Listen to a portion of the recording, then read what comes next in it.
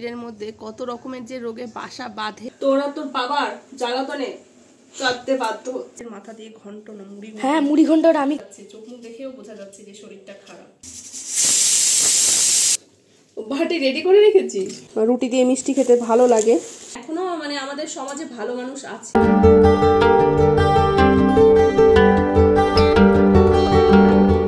হ্যাঁ কৌটো ধরে নিয়ে আয়।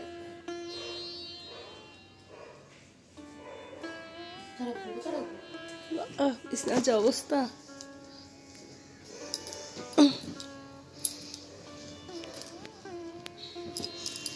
এতখানি চা, ভরে ভরে চা।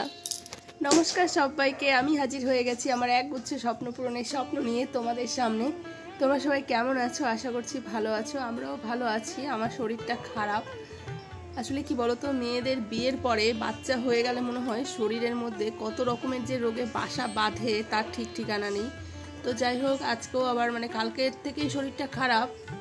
তো বললামই তো স্কুল থেকে আসার পরে যে শরীরটা খারাপ লাগছে, তো আজকে আরও বেশি খারাপ লাগছে শরীরটা। তার মধ্যে দেখো কপালে খেয়েছি একটা গুঁতো, দেখো কপালটা ফুলে কেমন হয়ে রয়েছে। এই কয়দিন পর পরই আমি এরকম গুঁতো খাই। রান্নাঘরের মানে কি হয় বলো তো, তাড়াহুড়ো করে উঠি বসি আর ওই স্ল্যাবটার ওখানে না মাথাটায় গুঁতো খাই। তো কালকেও রাত্রে এরকম সেম গুঁতো খেয়েছি। কি যে ব্যথা যন্ত্রণা, বিশ্বাস করো খুব জোরে গুঁতোটা খেয়েছি। তো যাই হোক, আজকে হচ্ছে কি বার? আজকে হচ্ছে আজকে হচ্ছে বৃহস্পতিবার, আর আজকে তো 23শে জানুয়ারি। তো সোনার সকালে স্কুল ছিল, মানে স্কুল ছিল বলতে সকালে যেতে বলেছিল। তো আমি আর সকালে নিয়ে যাইনি, কারণ সকালে গিয়ে আমাকে ওখানে বসে থাকা তারপরে আবার নিয়ে আসা আমার খুব চাপ হয়ে যায়, সেই জন্য আর যাইনি। যেহেতু স্কুলটা একটু দূরে হয়ে গেছে না, ওই জন্য। তো যাই হোক, তারপরে কিন্তু সকালবেলা আজকে ঘুম থেকেও দেরি করে উঠেছি। উঠে তারপরে আজকে কিচ্ছু কাজবাজ কিছু করিনি, মানে তারপরে বলে যাচ্ছি। কাজবাজ করবো কি, আমার শরীরে মনে হয় কি গা হাত পা প্রচণ্ড পরিমাণে ব্যথা, মানে নড়াতেই পারছি না গা হাত পা, এত পরিমাণে ব্যথা। তো এই যে বিছানায় বসেই রয়েছি, কিন্তু উঠে শুধু ব্রাশ করে আবার বিছানায় এসে বসেছি। সোনা বললো তোমার কিছু কাজবাজ করতে হবে না, আমি আগে চা করে নিয়ে আসি, চাটা খাও, তারপরে কিন্তু যা করার করবে। তো ওই যে সোনা চা করে নিয়ে এসছি, আর এখনও বিছানাও তুলিনি। মানে আমি এসছি বিছানায়, যে বিছানাটা তুলে তারপরে টুকটুক করে যাই হোক কাজবাজ করি। আর পুজো তো আমি দেবই না, আমার শরীরটা খারাপ, তো পুজো দেবো না আমি। তো যাই হোক, ওই যে বললাম রোগ, কত রকমের রোগ শরীরে বাসা বাঁধে বলা যায় না। তো যাই হোক, অত ডিটেলসে যাচ্ছি না এখন। চলো চা বিস্কুটটা খাই, তারপরে দেখি সারাদিন কি করি না করি, আর রান্নাবান্না কি করি, তো সবটাই দেখতে পাবে তোমরা। চলো দেখতে থাকো। খেতে দাও। কাজু কেন? এটা কার? আমার? হ্যাঁ এটা আমার। কাজু কেন? তোরা তোর বাবার জ্বালাতনে কাঁদতে বাধ্য হচ্ছি, এত জ্বালাস। পেঁয়াজগুলোর এত ঝাঁজ কি বলবো, মানে চোখ পুরো জ্বলে পুড়ে গেল আমার, এত ঝাঁজ পেঁয়াজে। তো যাই হোক বন্ধু, রান্নাঘরে চলে এসছে। এই যে আজকে হচ্ছে একদম সিম্পল রান্না বান্না। ডাল করেছি, রান্নাটা আগেই করেই কিন্তু স্নান করেছি। ভুল বললাম যে স্নান করে রান্নাঘরে এসেছি, মানে আগে রান্না করে তারপরে মানে ডাল আর ভাতটা করে স্নান করেছি। তো এই যে এখন হচ্ছে খাবো, ডিমের অমলেটটা করে নিচ্ছি, খাবো। আমার ভালো লেগেছিল কি জানো, মাছের মাথা দিয়ে ঘন্ট না মুড়ি। হ্যাঁ মুড়ি ঘন্টটা আমি খাইনি, আমি কতক্ষণই খেয়েছিলাম। ইলিশ মাছের মাথা দিয়ে মাথাটা তো তোর বাবা নিয়ে চলে। তুমি এটা কি করছো? এটা এডিট কোথায় মাথা দিয়ে কোথায়? তোর বাবা আমি নিয়ে চলে গেল মাথাটা। তুমি এগুলো কি সাজাচ্ছো গোল গোল গোল? আলু ভাজা লিমিটেড ছিল বলে আমাকে দিয়ে গেল, তারপর আবার তো বন্ধুরা শুনতেই পেলে আমাদের সারাক্ষণ শুধু খাওয়ার গল্প আর খাওয়ার গল্প। আসলে আমরা তিনটে মানুষই খেতে ভীষণ ভালোবাসি। চন্দন অতটাও ভালোবাসতো না খেতে, কিন্তু আমার সঙ্গে থেকে থেকে চন্দনও কিন্তু খাওয়ার প্রতি বেশ ভালোবাসা জন্মেছে। মানে আমার তো প্রথম থেকেই খাওয়ার প্রতি একটা ভালোবাসা, বিয়ের আগের থেকে, ছোটোবেলা থেকে। তারপরে তো চন্দনকে আমি কিছুতেই মানে দুজন ছিলাম, তো দুজন, ও একদিকে আমি একদিকে। ও অত খেতে পছন্দ করতো না, আমি খেতে পছন্দ করতাম বেশ। তো ছেলে হওয়ার পরে আমার কিন্তু দল ভারী হয়ে গেছে, মানে আমার ছেলেটাও বেশ খেতে পছন্দ করে, মানে খাবার দাবার। তো সেই জন্যই সারাক্ষণ শুধু খাওয়ার গল্প। আসলে সোনা গল্প করছিল দীঘা গিয়ে, ওই যে আমরা একদিনের জন্য দীঘা গেছিলাম, সেইখানে গিয়ে কাতলা মাছের কালিয়া খেয়েছিল, সেইটাই গল্প করছে। ওর ওই যে খাওয়ার সময়ই শুধু যত রাজ্যের খাওয়ার গল্পগুলো মনে পড়ে। তো যাই হোক, এখানে এই যে সোনা ডাল নিয়ে নিয়েছে, আর আজকে ডাল ভাতটা যে আমি কি ভালো খেলাম, বিশ্বাস করো। ডাল আমি একদমই ভালো খাই না, তোমাদের তো বলেছি যে মুসুরির ডাল খেতে আমার একদমই ভালো লাগে না, তবে আজকে এত ভালো খেলাম আলু টমেটো মাখা দিয়ে আর ডাল দিয়ে। বেশ কি করছো? কিসের জন্য কি রান্না করবে? তো বন্ধুরা, শুভ সন্ধ্যা। এখন ওই সন্ধ্যা 6টা সাড়ে ছটা মতো বাজে। তো যেহেতু আজকে দুপুরে ডাল ভাত খাওয়া হয়েছে, তো রাত্রে তো কিছু একটা বানাতেই হয়। তো সেই জন্য হচ্ছে রাতে কিন্তু আজকে ঘুগনি বানাবো রুটির সাথে খাওয়ার জন্য। রুটি আর ঘুগনি হবে, তো সেই জন্য ওই যে এখন ঘুগনির মশলাপাতি রেডি করছি।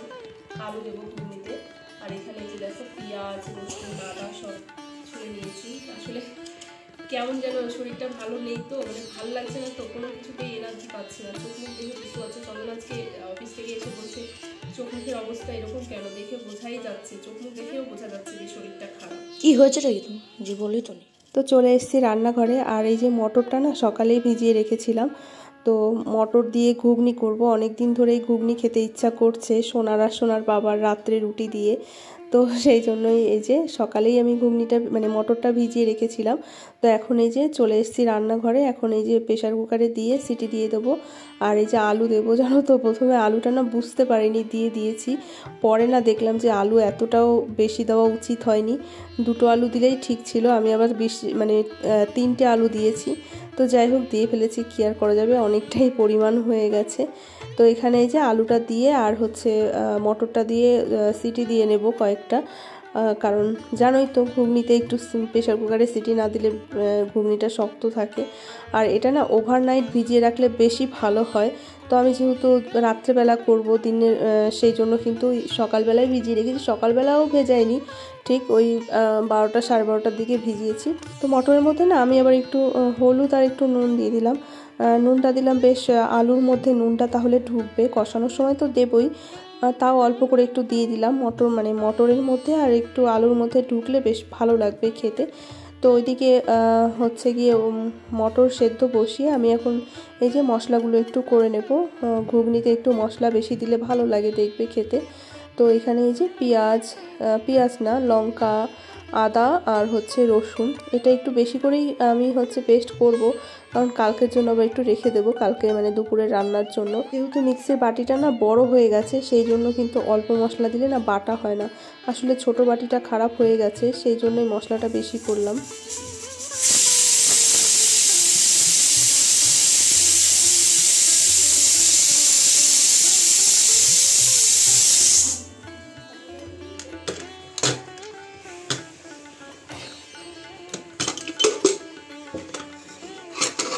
বাবা বেশি সেদ্ধ হয়ে গেছে বাবা, বললাম না তোমাকে।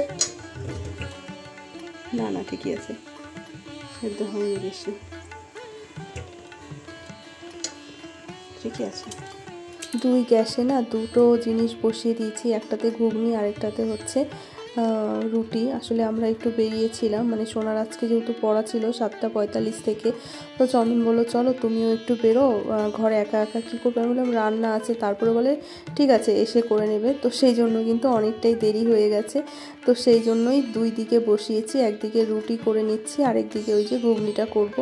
আর আটাটা না বেরোনোর আগেই মেখে রেখেছিলাম, মানে রান্নাঘরে এসে আটাটা মাখা হয়েছিল আর কি, মেখে রেখেই গেছিলাম। তাই জন্যই ভাবলাম যে ওইদিকে মশলাটা কষানো হচ্ছে, তাহলে এইদিকে আমি হচ্ছে রুটিটাও করে নিই। তো এই যে ঘুগনির মশলা কষানো হয়ে গেছে। ঘুগনি রান্না কিন্তু খুবই সোজা, ঘুগনিটা শুধু সেদ্ধ করো আর মশলাটা কষিয়ে ওর মধ্যে ঢেলে দাও, ব্যাস। ঘুগনি হতে কিন্তু টাইমও লাগে না, চটজলদি হয়ে যায়। শুধু কি ওই ভিজিয়ে রাখাটা একটা মানে মনে থাকে না, ভিজিয়ে না রাখলে ঘুগনিটা ভালো হয় না খেতে। তো দেখো মশলা টশলা কিন্তু বেশ সুন্দরভাবে কষানো হয়ে গেছে। আর এখন এই যে সেদ্ধ ঘুগনিটা দিয়ে দিলাম। মটরটা না একটু ভালোই মানে বেশি সেদ্ধ হয়ে গেছে। তাহারা বাটি রেডি করে রেখেছিস? হয়ে গেছে। দাঁড়া, ওখানে কে ধরে ভাই? ভাই ভাই ভাই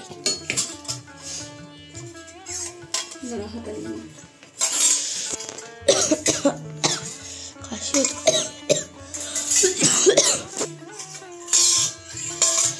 खुदा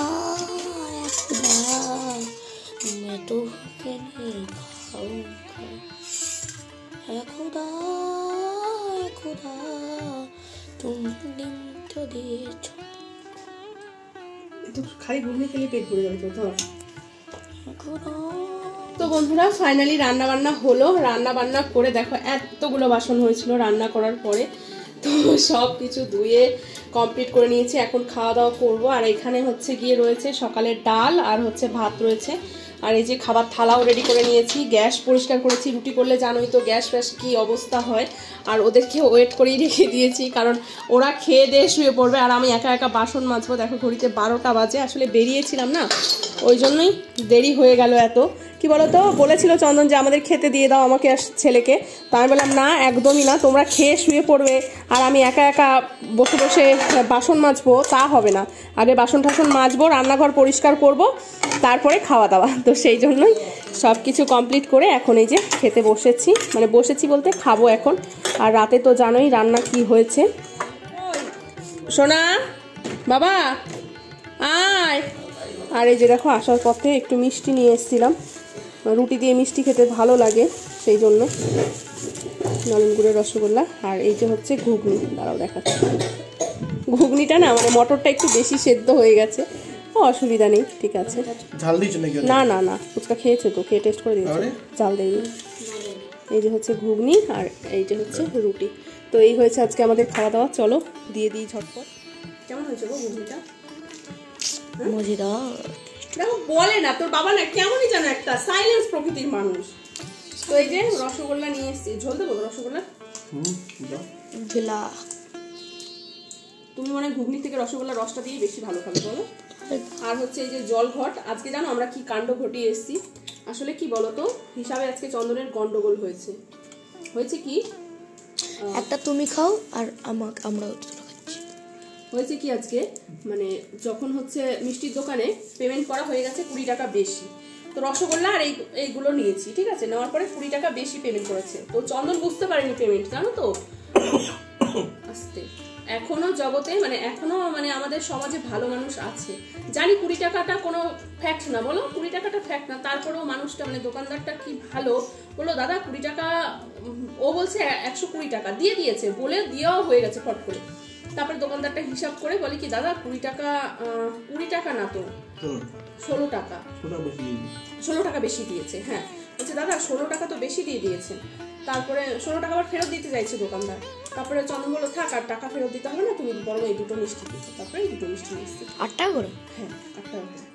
তো যাই হোক চলো বন্ধুরা, আর বকবক করবো না, অনেক খাটনি হয়ে গেছে, এমনিতেই তো শরীরটা ভালো না, তার মধ্যে প্রচুর খাটনি হয়ে গেছে। এখন খাওয়া দাওয়া করবো আর শুয়ে পড়বো তারপরে। তো চলো, আর আজকের ভিডিওটাও এখানে শেষ করবো। আজকের ভিডিও তোমাদের যদি ভালো লাগে তাহলে অবশ্যই লাইক কমেন্ট শেয়ার করে দিও, নতুন বন্ধু হয়ে থাকলে চ্যানেলটিকে সাবস্ক্রাইব করে দিও। ফিরে আসছি নতুন একটি ভিডিওর সাথে, ততক্ষণ তোমার সবাই ভালো থেকো, সুস্থ থেকো, সাবধানে থেকো। Tata, good night.